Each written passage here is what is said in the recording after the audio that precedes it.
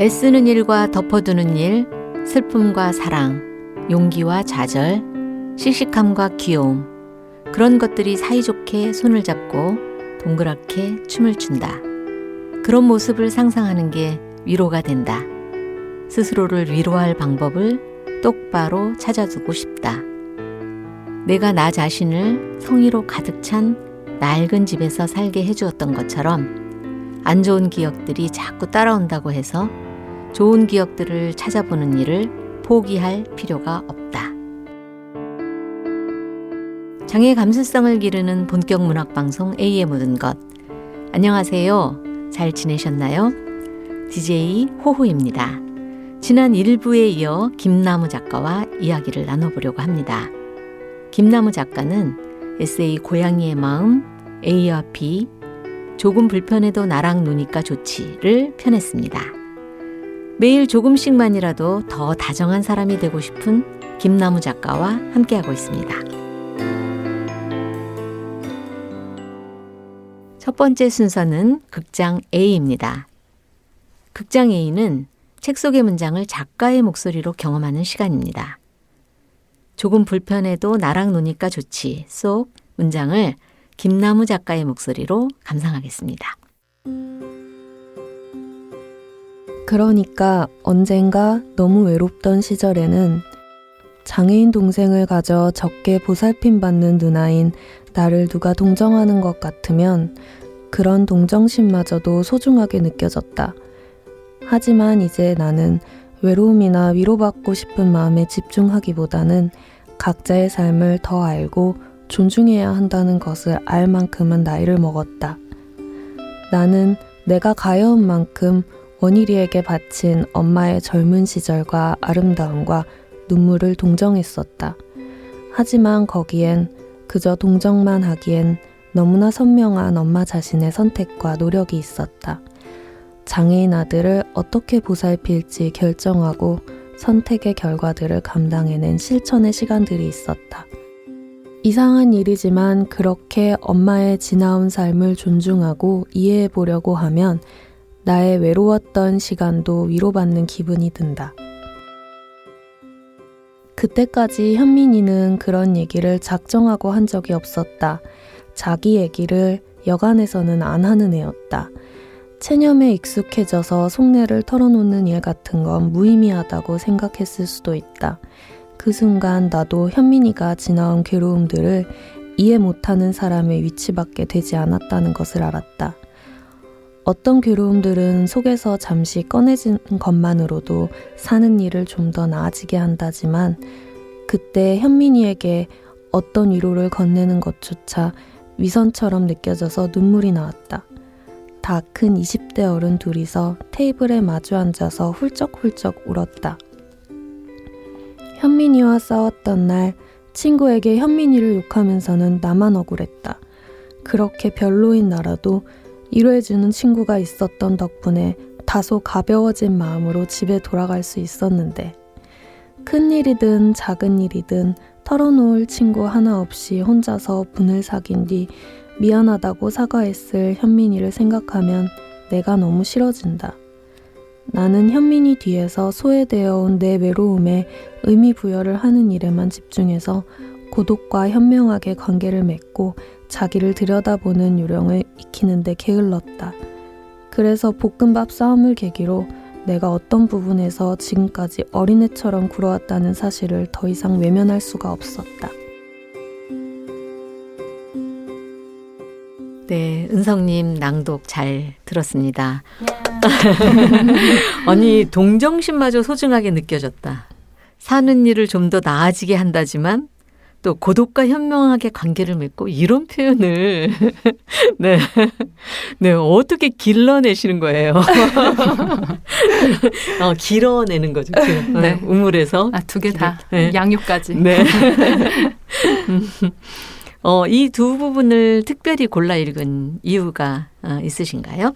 저는 좀 저를 이해하고 싶어서, 그러니까 제가 지나온 시간을 이해하고 싶어서 이 이야기를 쓰기 시작했거든요. 네. 그런데 점점 저에 대해서 이해할수록 저희 가족을 이해할 수 있게 되는 거를 발견을 했어요. 네. 그래서 저에게 굉장히 그 부분을 쓰는 일이 의미가 있었던 것 같아요.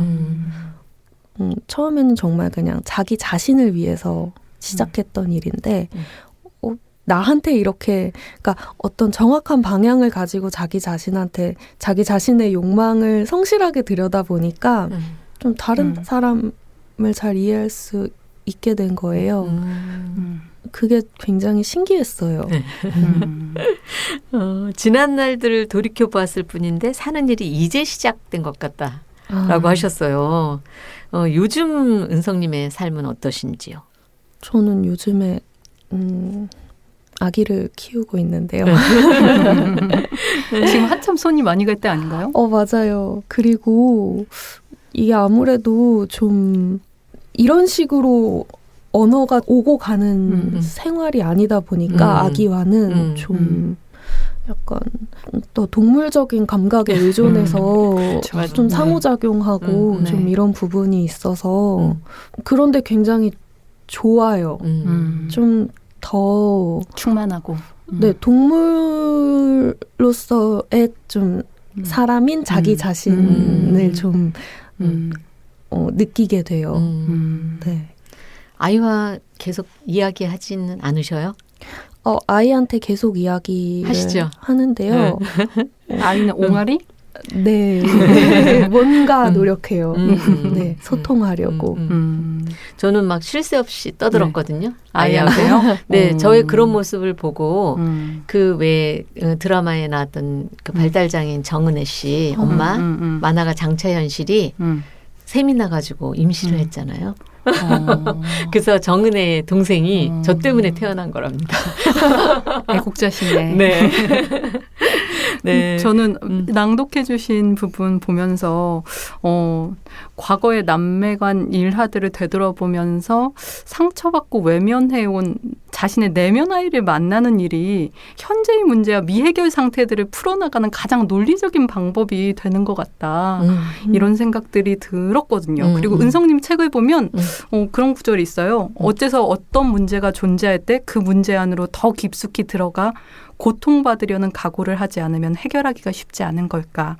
고통받겠다는 각오를 하면 힘이 들어서라도 해결책이 나온다는 게 얄밉다. 라는 구절이 나오는데요. 네. 전 정말 공감했던 표현입니다. 그러니까. 그래서 그리스 신화에 나오는 아리아드네처럼 문제의 미로 속으로 깊숙이 들어가서 실타래를 풀어나가야지 일상을 운영해 나갈 길이 보이는구나. 그런 진실을 또 이 책에서 발견하기도 하는 것 같습니다. 네. 정말 잘 해내셨어요. 네. 조금 불편해도 내가 쓰니까 좋지? 와. 이런 책? 네. 그 비장애 형제인 은성님이 장애인 형제 이야기를 쓸 때 어떤 것들에 좀 신경을 썼는지도 궁금하고요. 동생분에게 나랑 놀아서 좋았냐라고 혹시 물어보셨어요? 동생분은 이 책을 보고 또 어떤 이야기를 하셨는지요? 불편했다고 하더라고요. 진심? 네. 아니, 사실은 뭐 책에도 많이 나오지만 저희가 싸우기도 많이 싸웠고 네. 뭐 애들 많이 싸우잖아요. 그럼요. 뭐 커서도 싸우긴 부모님한테도 했는데. 혼나고. 네. 근데 정말 그냥 솔직한 답이라서 좋고 편했어요. 네, 오히려 좀 가식적으로 대답했으면 듣기는 좋아도 약간 의심했을 것 같은데 뭐 분명히 불편했을 거라고 생각해요. 왜냐하면 뭐 비디오를 볼 때라든지 뭐 자막이 나오는 거를 같이 보면 상관이 없지만 저희가 꼭 언제나 모든 순간에 자막이 있는 영화만 보지는 않았거든요. 그렇죠. 그럴 때 그냥 뭐 덜 귀찮게 해야 된다고 생각해서 그냥 꼭 참았던 때도 있었을 거고요. 그리고 그냥 단순하게는 그 아이들이 노는 방식을 상상해 보면 뭐 아이들이 막 계속 막 놀이에서 막 규칙을 만들고 막 서로 설명하면서 놀잖아요. 그렇게 하는 거를 좋아하고. 근데 현민이는 분명히 그 과정에서 굉장히 많은 순간에 소외가 당황하고 됐을 네, 거예요. 네. 이제 눈치로 이제 뭐 그렇죠. 아, 이렇게 하는구나 하면서 놀고 완전히 즐길 수 없어도 즐기는 척 네. 연기하고 그렇죠. 뭐 제가 누나니까 뭐 이렇게 저렇게 해 설명을 해주기는 하지만 분명히 부족한 부분들이 많이 있었을 것이고 그래서 그렇지 확실히 불편했겠지라고 생각을 했습니다. 그 동생 원일 씨에게 지금 현민 씨에게 직접 써보라고 해보세요. 자기 이야기를. 저도 정말 그러면 좋겠어요. 네네. 네. 그 이제 누나가 좀 가이드를 해주시면 되지 않을까. 어쨌든 은성님이 원일이와 놀았던 후기를 긴 책으로 남긴 거잖아요. 그렇죠. 역으로 동생분이 나랑 놀아서 좋았냐고 묻는다면 뭐라고 대답하실 것 같으세요? 저도 사실 불편했죠. 그렇죠. 네. 근데 저는 그런 게 좋은 것 같아요. 그냥 서로 어느 정도로 불편하게 하고 좀 건강하게 침범하는 그런 관계가 좀 그걸 기꺼이 받아들이는 게 좋은 것 같아요. 네. 물론 좀 편하게 이렇게 좀 보기 좋게 하는 게 좋기는 한데요. 가끔씩은 좀 그리고 억압이 너무 많죠. 편하게 좋기만 하면. 제가 요즘에 아무래도 좀 이제 영아를 육아하고 있다 보니까 좀 더 그런 생각을 하게 되는 것 같은데 저를 정말 번거롭게 하잖아요. 그럼요. 이 아기가. 네. 그런데, 내 시간을 온전히 다 빼앗아가고. 네. 침범이 전쟁 수준 아닌가요? 영화의 경우에? 맞아요. 네. 맞아요. 근데도 저랑 이 친구의 관계가 정말 끈끈하다라는 거를 매 순간 느끼잖아요. 그렇죠. 저희는 거의 지금 한 몸처럼 있고. 근데 나이가 들어서도 어느 정도로 좀 그런 감각을 적절하게 쓸 수 있으면 좀 사람들끼리 소통하는데 좀 더 좋지 않을까? 그런 생각을 했어요. 네. 아까 영화 이야기도 하셨는데 그 자막 있는 영화 또 자막 없는 영화도 많이 보셨다고 하셨잖아요. 네. 혹시 뭐 추천해 할 만한 영화? 정말 재밌게 봤다 하는 네. 영화가. 짱구는 못 말려 말고. 그 영화도 되게 짱구는 못 말려도 정말 좋은 영화이긴 한데요. 저는 원일이랑 터미네이터 2를 정말 여러 번 봤어요. 저희가 진짜 좋아하는 영화였어요. 그래서 제가 좀 그게 몇 살 때쯤? 그때가 저희가 초등학교 고학년 때 90년, 네네 90년, 91년 그때인 것 같아요. 비디오 테이프를 보던 시절에 빌려서 정말 여러 번 봤었는데 그냥 어느 정도로 그 시절에 저희의 심리가 반영된 영화 선택이 아니었을까. 저희로서는 어떤 심리? I'll be back? 약간 그 히어로? 망한 세상 있잖아요. 디스토피아. 네, 그러니까 현민이는 현민이로서의 좌절감이 있었을 거고, 저는 이제 저 비장애니 형제로서의 저 나름대로의 좌절감이 있었을 건데 좀 이입을 많이 했던 것 같아요. 네. 약간 사이보그 그 인공 와우 같은 거에도 그런 감각과 연상되기도 하려나요? 거기까지 그건 아닌가? 네. 어쨌든 원희님도 네. 현민님도 국어국문학과에서 형성 우수장학금을 계속 받았었다면서요? 네, 이 책에 보니까 되게 취향이 견고할 것 같은데 누나와 그냥 터미네이터를 재밌게 보고 뭐 지금의 취향은 잘 모르세요?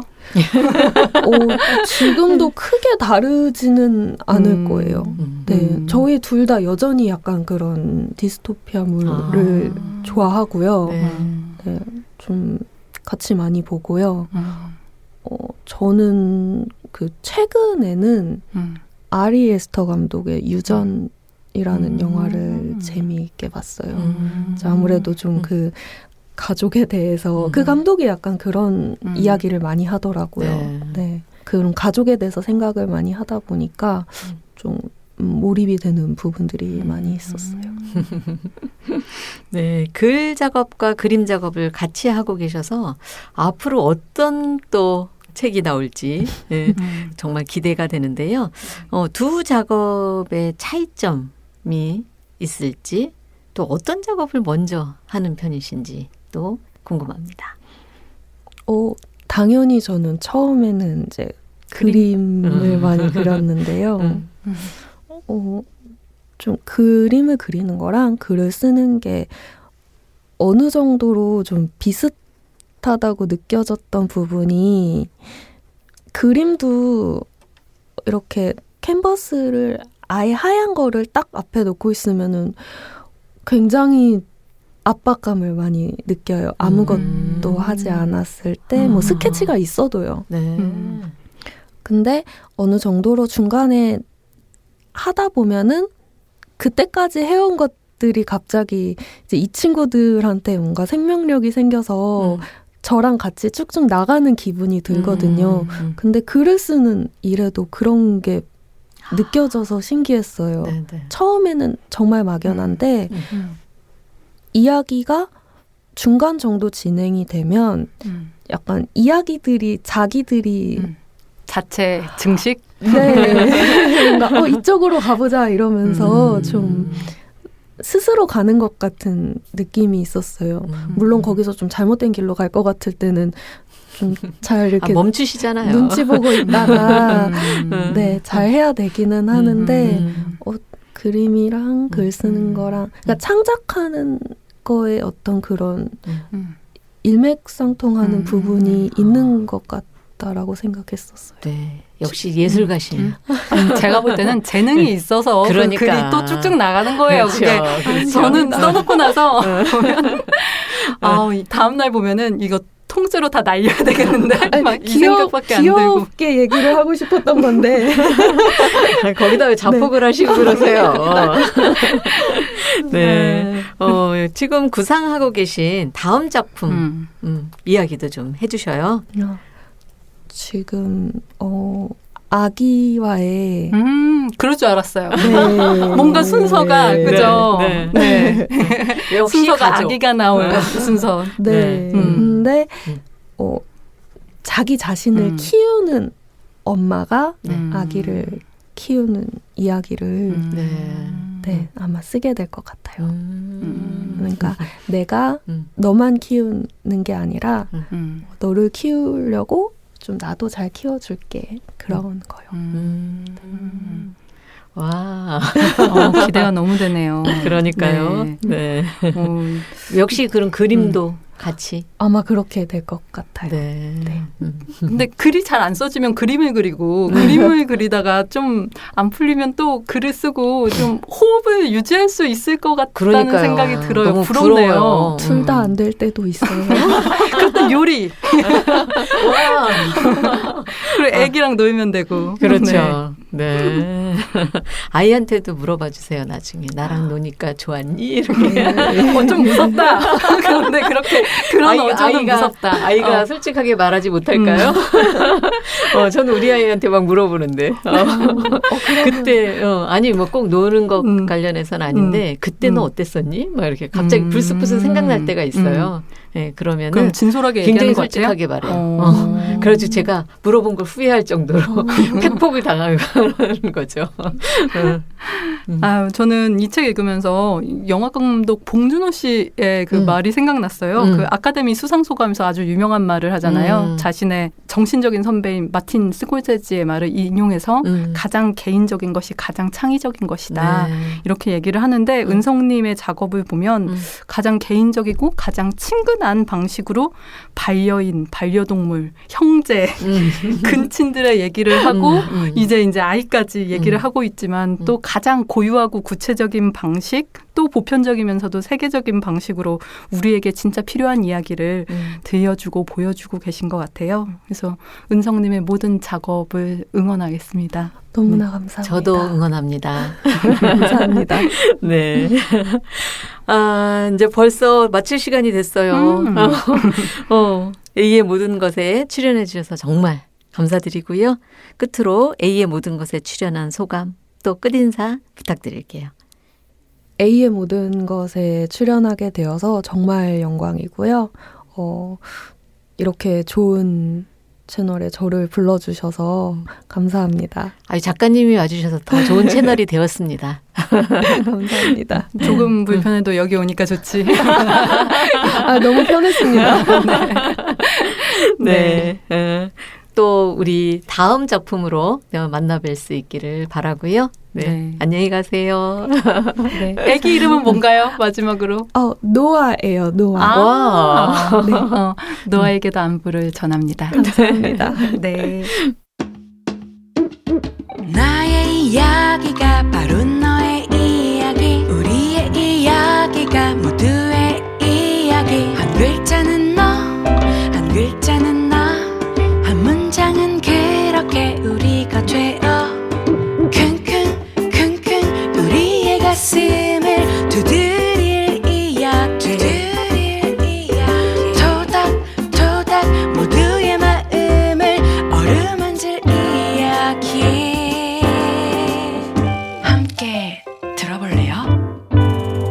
마음을 열어 더 넓은 세상으로 마음을 기울여 당신의 세상으로 킁킁 난 너의 문장이야 장애 감수성을 기르는 본격 문학방송 A의 모든 것 이번 순서는 A의 책방입니다. A의 책방은 A의 모든 것 구성 작가인 최지인 작가가 책을 한 권 소개하는 코너입니다. 네, 안녕하세요. A의 모든 것 구성 작가 최지인입니다. 제가 오늘 소개할 책은 앨리스 웡의 미래에서 날아온 회고록입니다. 앨리스 웡은 1974년 인디애나주 인디애나폴리스 교회에서 중국계 이민자의 자녀로 태어났습니다. 그가 걷기 시작한 지 얼마 되지 않았을 때 고관절 이형성증이 생겨서 수술을 받았고 14살 때는 척추 측만증으로 폐가 압박돼 척추 유압술을 받았으며 수술 내내 그리고 수술 이후에도 계속해서 기계식 호흡기를 쓰게 됩니다. 코끼리처럼 긴 코를 가진 앨리스 웡의 모습, 이중형 양압기인 바이팹을 착용하고 있는 그의 모습에는 오랜 시간 걸쳐 지속되온 호흡 투쟁의 역사가 깃들어 있습니다. 앨리스 웡은 장애인권 활동가이자 작가, 미디어 제작자, 리서치 컨설턴트, 장애 가시화 프로젝트 설립자 겸 디렉터입니다. 이처럼 다양한 활동을 하는 그의 첫 단독 저서인 미래에서 날아온 회고록은 일기와 에세이, 매체 기고글, 대화 및 팟캐스트, 사진, 그래픽 등으로 구성되어 있습니다. 이러한 스토리텔링은 그가 지향하는 운동의 모습이자 그것의 중요한 도구입니다. 앨리스 웡은 말합니다. 장애인 회고록은 표준적으로 가정되는 백인, 비장애인, 시스젠더, 이성의 구별적 독자가 너무 신기하고 매력적이긴 한데 내가 이렇게 사는 것은 상상도 못할 삶을 엿보게 해주는 출판 세계판 동물원 전시 같은 것일까요? 장애인 회고록은 21세기의 스펙터클일까요? 장애인 회고록은 독자가 나는 이런 책도 읽는 좋은 시민이니 다양성 점수를 얻을 자격이 있다고 뿌듯함을 느끼게 해주는 소품일까요? 여러분이 어떤 계기로 이 책을 집으셨건 다 읽으신 뒤에는 모든 것에 질문을 던져보시게 된다면 기쁘겠습니다. 그의 주치의는 그가 18살을 넘기지 못할 거라고 했지만 50살이 된 그는 팬데믹 시기를 보내며 한 권의 회고록을 펴냅니다. 원했든 원하지 않았든 저는 늘 활동가였다고 생각해요. 비장애인의 세계에서 그저 살아가고 존재하기 위해서 말이에요. 비장애인 중심의 사회에서 누군가의 삶은 그 자체로 운동이며 살아가는 매 순간들이 투쟁입니다. 그는 더 다채롭고 역동적인 장애 서사를 꿈꿉니다. 정상성의 규범에서 벗어난 소수자들의 목소리가 더 많이 나타나야 한다고 말합니다. 이는 비장애인 중심의 지배적 서사 형식이 빠뜨리는 다른 삶들을 가시하기 위한 프로젝트입니다. 당신은 장애에 대해 당신이 원하는 대로 이야기할 수 있어요. 특히 불편하고 어렵고 부끄럽고 엉망진창인 이야기들을 얼마든지 할 수 있습니다. 규칙 따위는 개나 져버리세요. 모범적 소수자 신화 따위는 개나 가지라고 하세요. 위선의 정치 따위는 꺼지라고 하세요. 정의와 해방을 위해 싸우는 것은 우리가 존재한다는 이유만으로 우리를 억압하고 처벌하는 모든 시스템을 철폐하는 것을 필요로 한다고 말하는 앨리스 웡의 미래에서 날아온 회고록에서 우리는 다른 미래의 가능성을 발견할 수 있을 겁니다. 감사합니다. A의 모든 것 구성작가 최지인이었습니다. 네. 잘 들었습니다. 저는 앨리스 웡을 급진적으로 존재하기라는 책에서 먼저 알게 되었었어요. 네네. 그때 보면 정말 다양한 장애 서사들이 네. 한 권의 책에 담겼더라고요. 네. 그래서 이런 아무도 관심 갖지 않을 만한 사람들의 그 삶의 이야기를 모아서 많은 사람들에게 알리는 작업을 하는 이 사람 정말 매력적이다라고 생각했는데 이 회고록에서는 더 도발적이더라고요. 네, 거의 독자의 기대 지평을 와장창 깨뜨리는 그렇죠. 방식으로 독자와 다채롭게 접촉하고 있는 책이에요. 네. 지난 시간에 학생들과 자서전 중에 고전인 버트란드 러셀의 이제 자서전의 일부를 같이 읽었거든요. 네. 네, 러셀은 뭐 20세기를 대표하는 수학자이자 지성인이자 뭐 노벨 문학상 수상자이자 온갖 선언, 시민 불복종 운동 이런 걸로 유명한 사람이잖아요.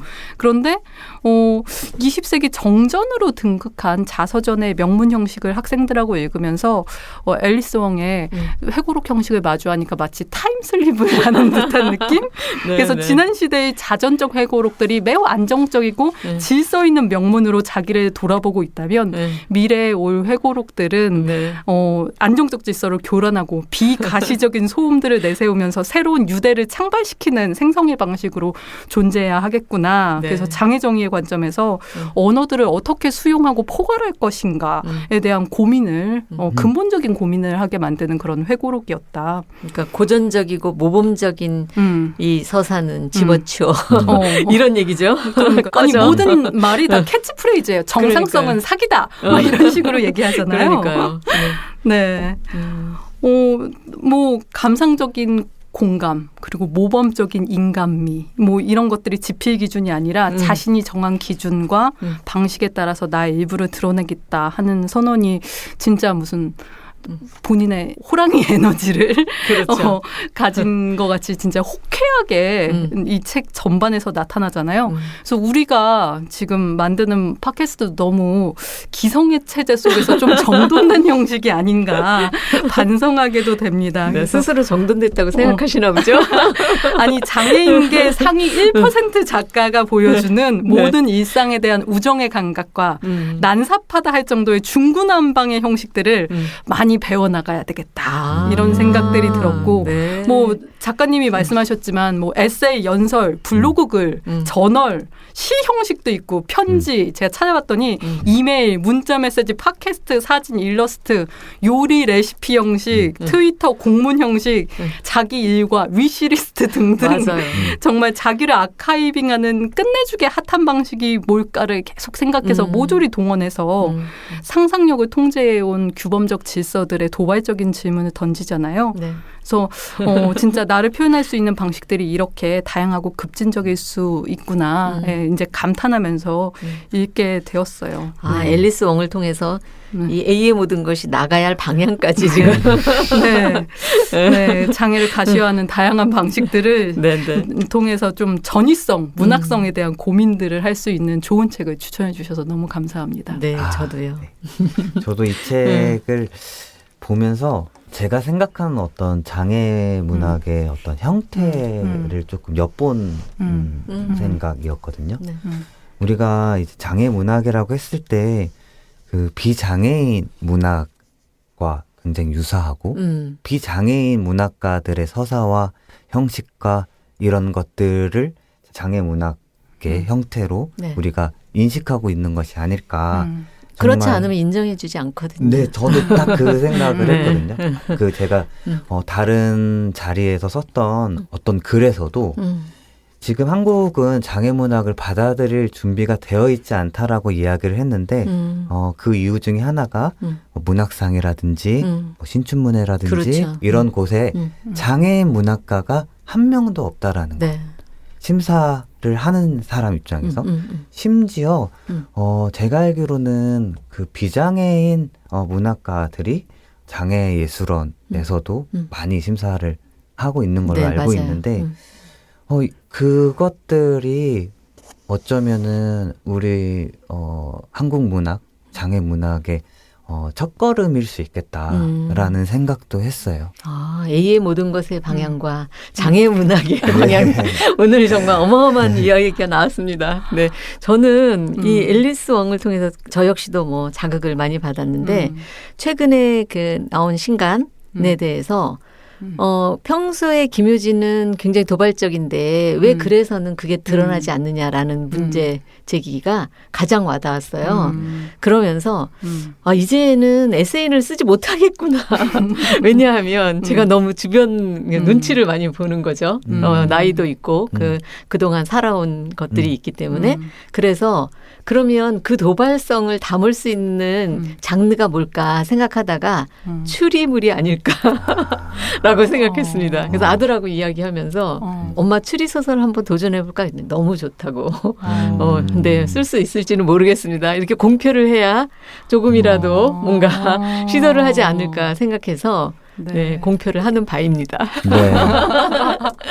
엉망진창인 아주 네. 난삽하고 엉망진창인 정돈 안 새로운 된. 형식의 추리소설을 기대하겠습니다. 네, 근데 나무 같은 거 보면은 원래 수영이 너무 아름다운데 그거를 다 전정을 해가지고 우리가 너무 일정한 형식으로 이렇게 가로수를 만나게 되는 경우가 있는데 수목원 같은 데 가면은 전정하기 이전에 막 늘어진 자연스러운 그런 수영 같은 걸 또 보게 되잖아요.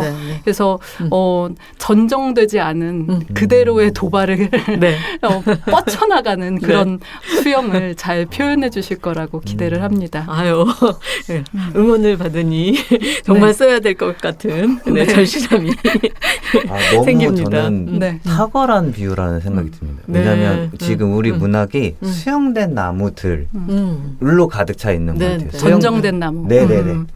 그 모양, 어떤 유사 모양들을 찾아가고 그걸 모으는 작업들만 하는 것이 아닐까라는 생각을 했습니다. 저도 이걸 좀 화두로 가져가야겠다라는.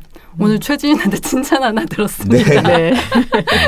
오늘 선생님, 오늘 호호님은 미션 하나 생기셨고요. 그러고요. 저희가 하나씩 얻어갑니다. 네, 우리가 앨리스 왕을 통해서 정말 많은 자극이 되었던 것 같습니다. 네, 그럼 평론도 저도 난삽하게 한번 해보시죠. 도전해 보도록 하겠습니다.